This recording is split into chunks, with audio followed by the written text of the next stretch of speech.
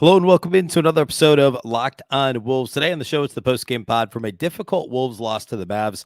Sloppiness, turnovers, poor transition defense, missed free throws, self-inflicted wounds sink the Wolves against Dallas as Kyrie Irving and Luka Doncic close strong to give the Mavs the win. We'll break down the whole thing here today on the show. Welcome in. You are Locked On Wolves.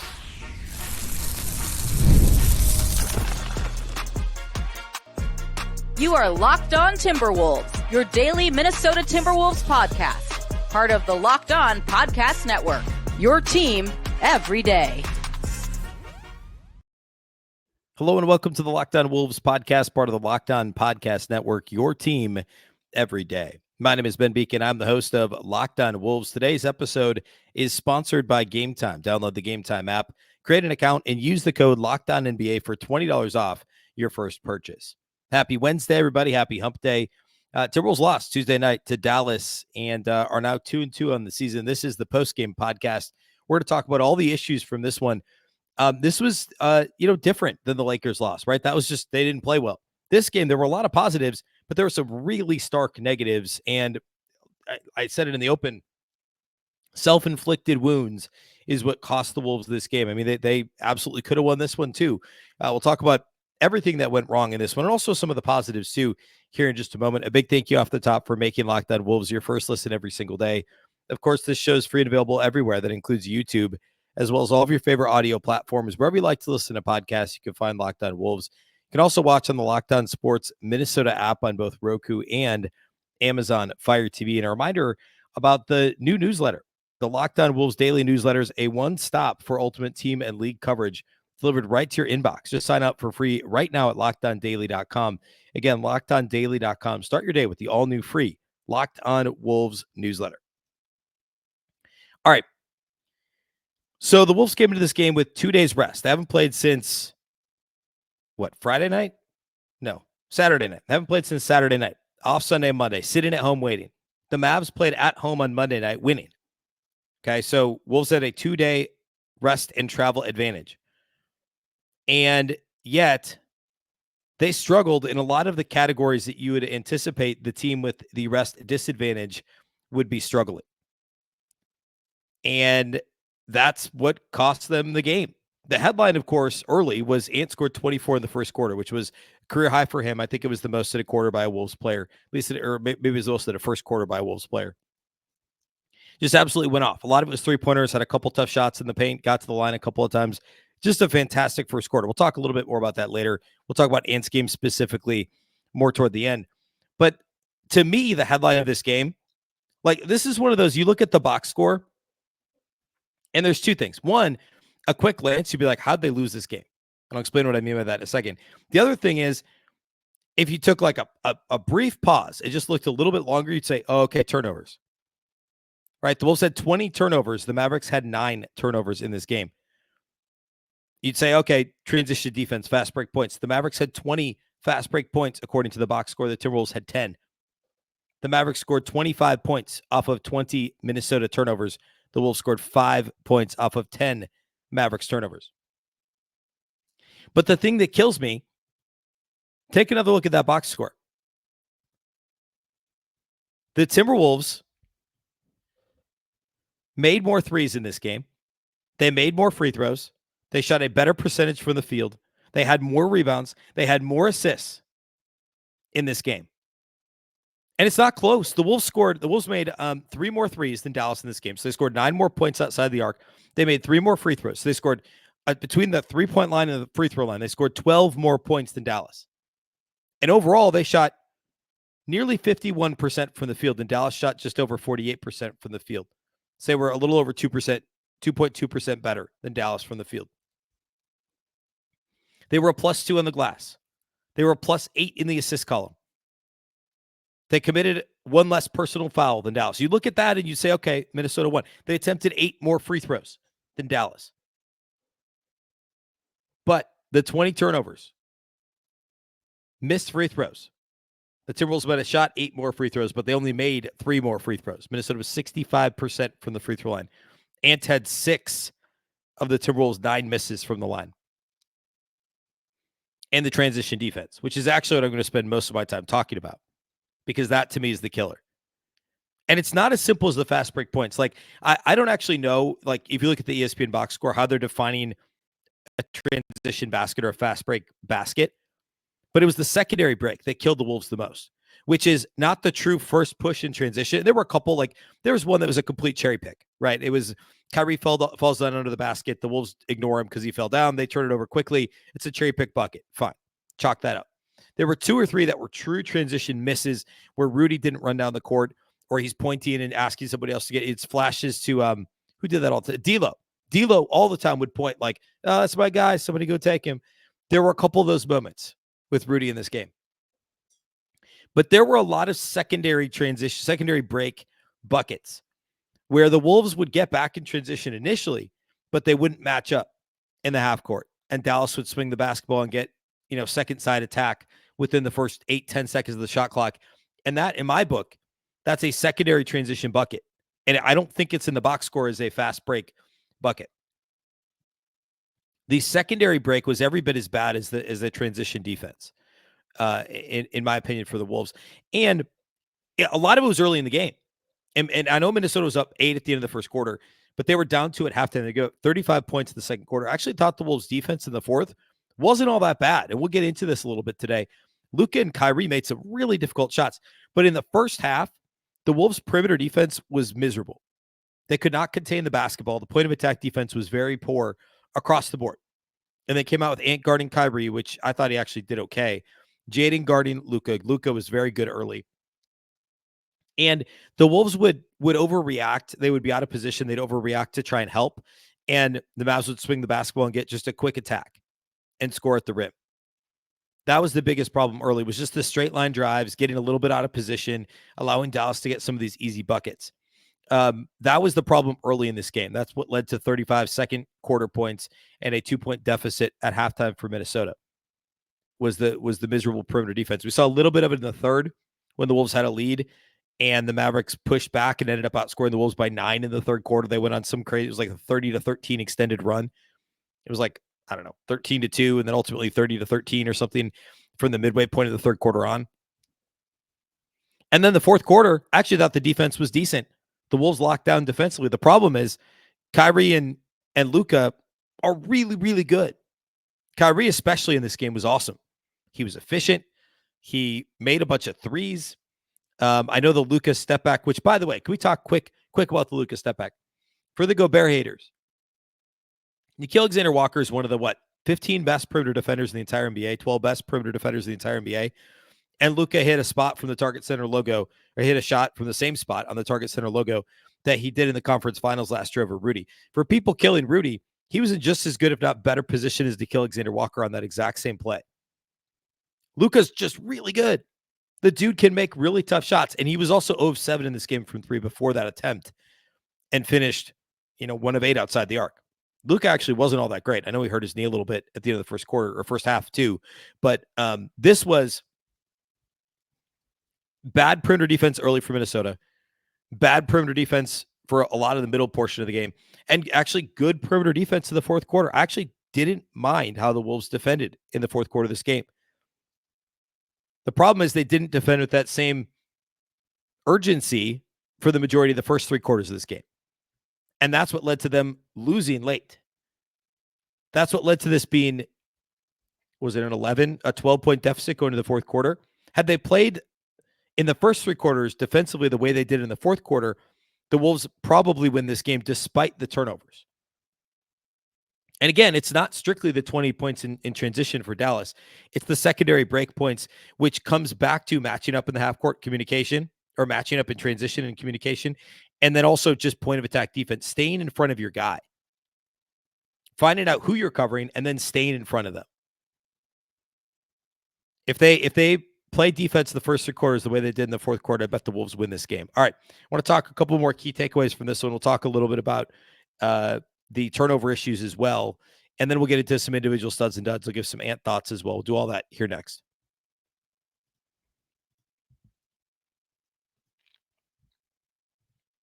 Today's episode of Locked On Wolves is brought to us by our title sponsors at Game Time. Game Time has a new feature called Game Time Picks that makes getting tickets to see your favorite teams play live even easier. Game Time Picks filters out the fluff to show you only incredible deals on great seats, so you don't have to waste time searching through thousands of tickets. No matter what live events you like to watch, you can find it all at Game Time. They can curate the picks for you too, so you can save more on sports, also concerts, comedy, theater, and more. You can toggle on the all-in pricing option too. The feature will show you your total up front with no surprise fees at checkouts. Plus, get a panoramic view from your seat in the app before you buy with their seat views option.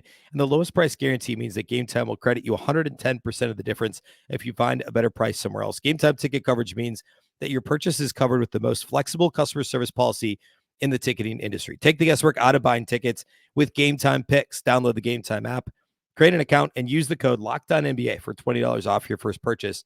Terms apply. Again, create an account, redeem the code LOCKEDONNBA for $20 off. That's LOCKEDON NBA for $20 off. Download Game Time today. What time is it? Game time.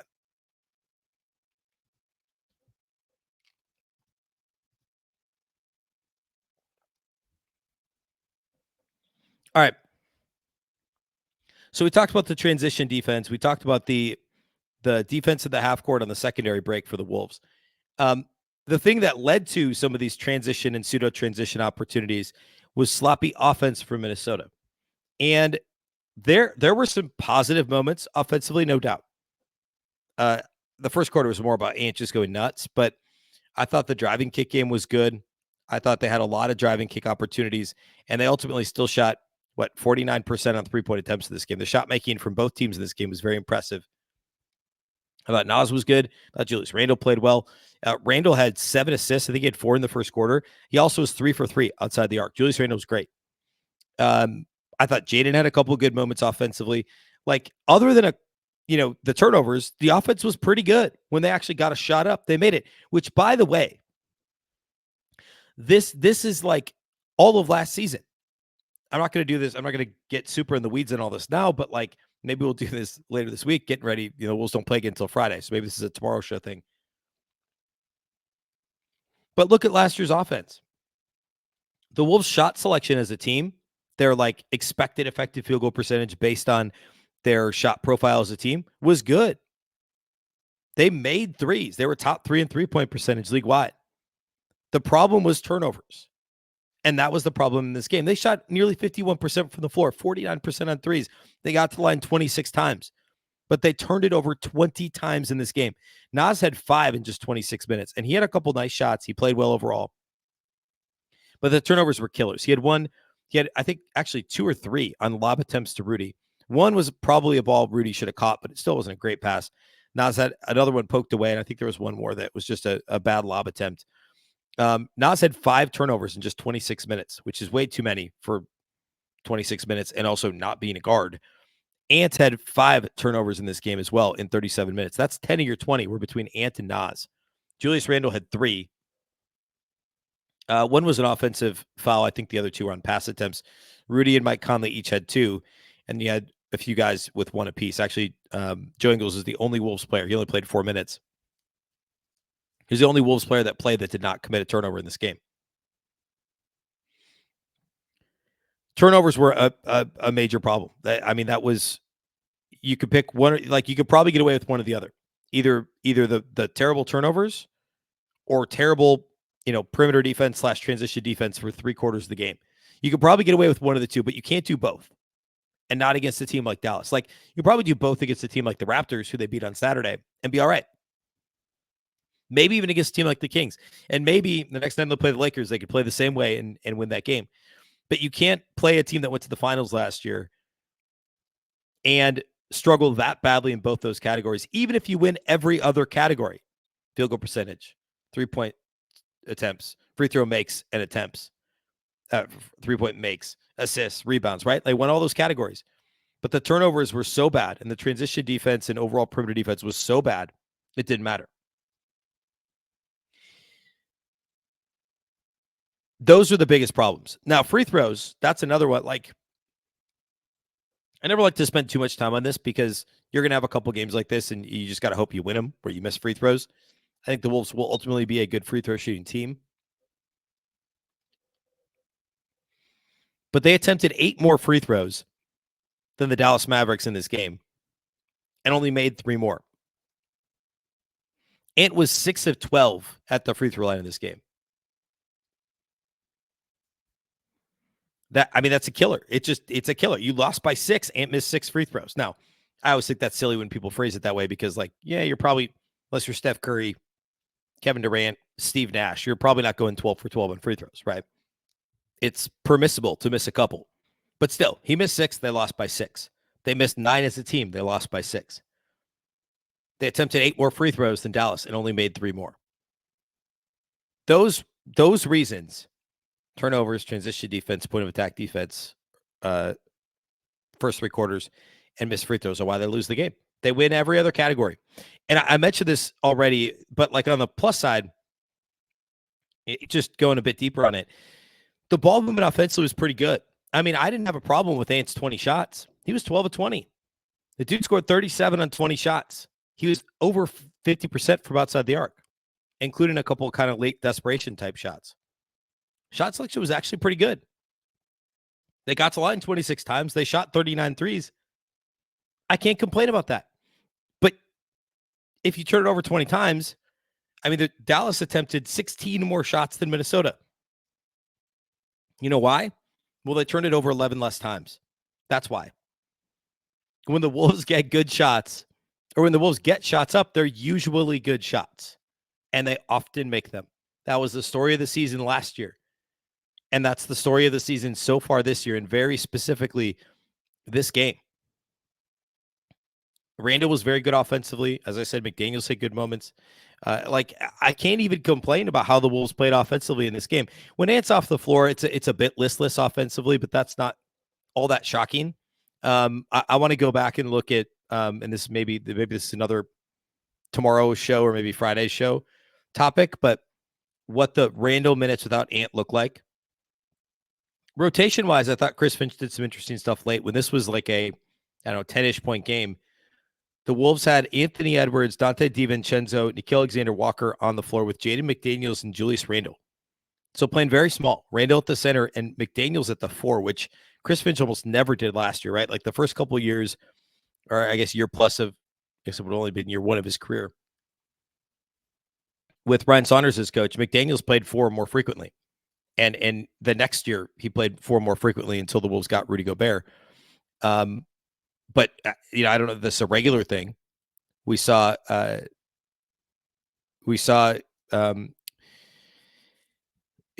stretches without Rudy on the floor and without Niles on the floor, putting Randall at the 5. Like, we haven't seen a ton of that through the first 3 games, but interesting to see it in this one. So we'll pay attention to that, moving forward, what the big rotation looks like. And if the Wolves need offense, is that an option? And again, like, it's the perimeter defense, right? They needed guys who were switchable to be on the floor. That was the idea here. It's a bit of a catch-22, because if you don't have Rudy on the floor, you don't have paint protection. And if Rudy's on the floor and you're playing bigger, you're less flexible on the perimeter. And the Mavs were getting whatever switches they wanted. Because again, like, Ant did pretty good on Kyrie early in the game. And then the Mavs started hunting some of these switches late. And Nickeil Alexander-Walker, we'll talk more about him here in a minute. He played great. Thought he was good when he got switched on to Kyrie. I thought Conley was actually okay defensively. It's the best game easily Conley's played so far this year, which, isn't saying a whole lot, but I thought he played pretty well. The perimeter defense, again, in the fourth quarter was good for Minnesota. And Rudy was okay. He didn't have any blocks in this game. There were a couple Kyrie drives that he impacted pretty clearly where Irving would pull up and kick the ball to somebody else. But I don't think Rudy was quite as impactful in this game. I mean, he was great against the Raptors on Saturday. That was not the case in this one. I thought he just kind of had a mediocre impact on this game. All right. Let's close by talking individual studs and duds. Then we'll put a bow on Wolves Mavs. We'll peek ahead and see what's next here the rest of the week.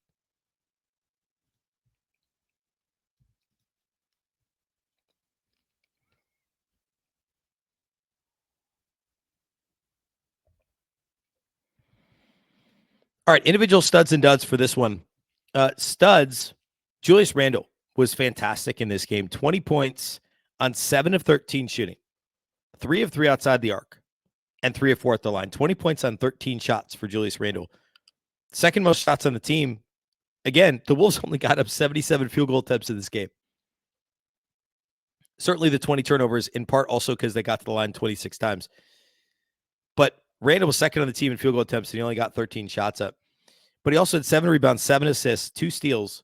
He did have 3 turnovers, but Julius Randle was very good in this game. Actually, like start to finish, he was probably the Wolves' best player. I talked about the passing earlier. He had 4 of his 7 assists in the first quarter. We saw him out in transition. We saw him outside the arc. We saw him desperation at the end of the shot clock. We saw a couple of his kind of bully ball 10, 12 footers from inside the paint. He get that shot off whenever he wants, and he's got the perfect touch and arc to make that thing go in. It really is an art form to watch him shoot it. And he was great in this game, like really, really good. I've been very impressed with him for the majority of the first 4 games. You know, I know the Lakers game wasn't great, but I've been very impressed overall watching Julius Randle in a Wolves uniform the last 4 games. Anthony Edwards has to get a stud still because the first quarter was so bonkers, even if he only scored 13 points the rest of the way and turned it over 5 times. But, I mean, while they were busy doing everything else terribly, like the bad perimeter defense, giving up 26 easy points to Dallas in the first quarter. Not that 26 is like, it was actually their best defensive quarter by points or points-wise, but I thought there were still too many easy buckets for Dallas in the first quarter. Ant is the reason they were up by 8 at the end of the first frame. He had 24 just in the first quarter.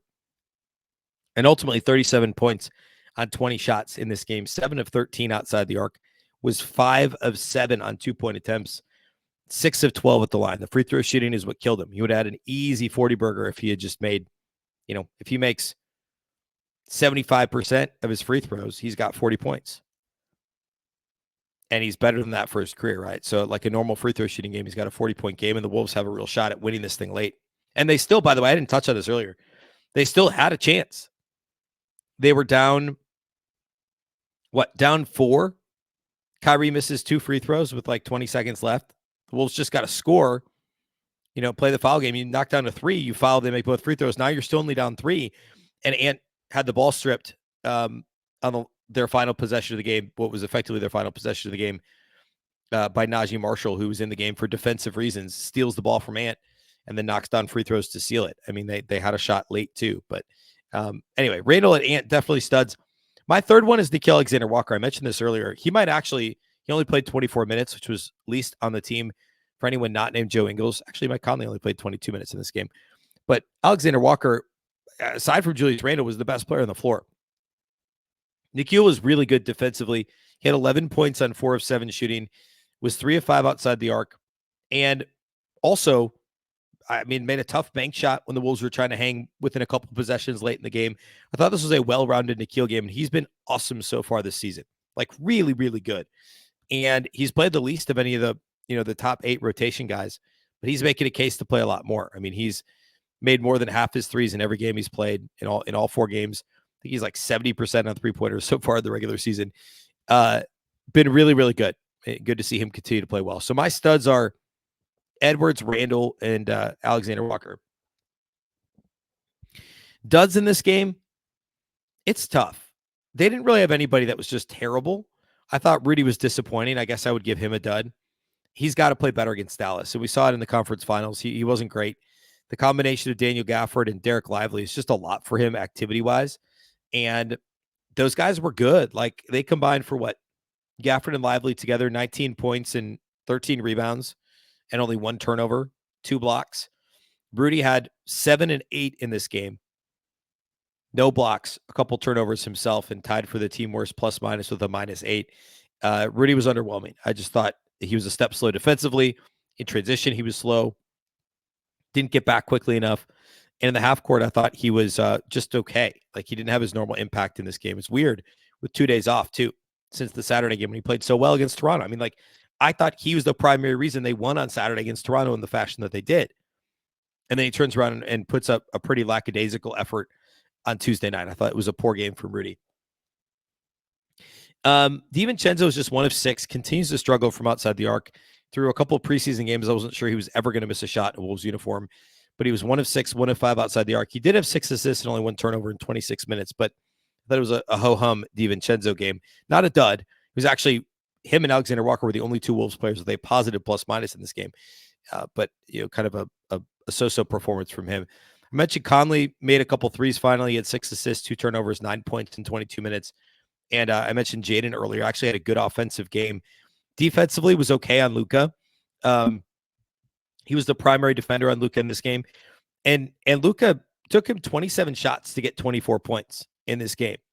So I thought the Wolves had a pretty good plan. It was Kyrie, 35 points on 23 shots, 6 of 8 outside the arc, that killed them late. And really throughout, but especially late. It was a lot of Kyrie, a lot of activity on the glass. I mentioned Gafford and Lively. PJ Washington was good for Dallas too. But I thought Jaden, he's getting better. Like almost every night, he's better than the last night. This was his best game. He tied for second most minutes on the team too, with 35 minutes played. So it was good to see him get on the floor and stay on the floor and not get into massive foul trouble in this game. All right. So the headline here is, if the Wolves, can manage to not have 20 turnovers, they can manage to not give up 20 transition points and 25 points off those turnovers. If they could do one of those two things, they might really win this game. They shot and made, or they made more threes, they made more free throws, they made a higher percentage of their shots from the field, they had more rebounds, they had more assists, but they lost by 6 points against a really good Dallas team. And clearly this matchup is tricky for Minnesota. But they got to figure it out. They're going to have to get through Dallas at some point. They next play Dallas, by the way, on Christmas Day. It's a 1:30 p.m. tip on ABC and ESPN on Christmas Day. So we don't see Dallas here for almost 2 months.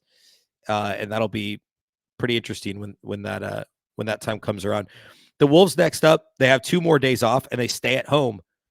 And Friday night, they get Denver on the late ESPN game, the 8:30 p.m. tip at Target Center on Friday evening. So no doubt will be a fun crowd for that one.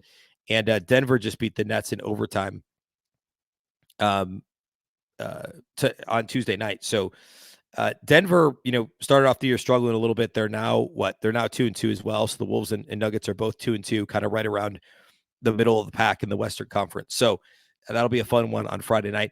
We'll talk about some of the stuff I referenced earlier. So like the bench minutes, the non-Ant minutes. We'll talk about Randall on the floor without Ant over the next couple of days. And we'll talk about some of the other rotation-related stuff that I alluded to as well here without Wolves games on Thursday's show and Friday's show. We'll get you ready for Wolves Nuggets on Friday night as well. That's all we got for you today here on the show. A big thank you for making Locked On Wolves your first listen every single day. Of course, this show is free and available everywhere. That includes YouTube as well as all of your favorite audio platforms. You can also watch on the Locked On Sports Minnesota app on Roku and Amazon Fire TV. You can follow on X at Locked On T-Wolves and also at Beecken with 2 B's, 2 E's, C-K-E-N. A reminder about the Locked On Wolves newsletter. It's one stop for ultimate team and league coverage delivered right to your inbox. Sign up for free right now at LockedOnDaily.com. That's LockedOnDaily.com. Start your day with the all-new free Locked On Wolves newsletter.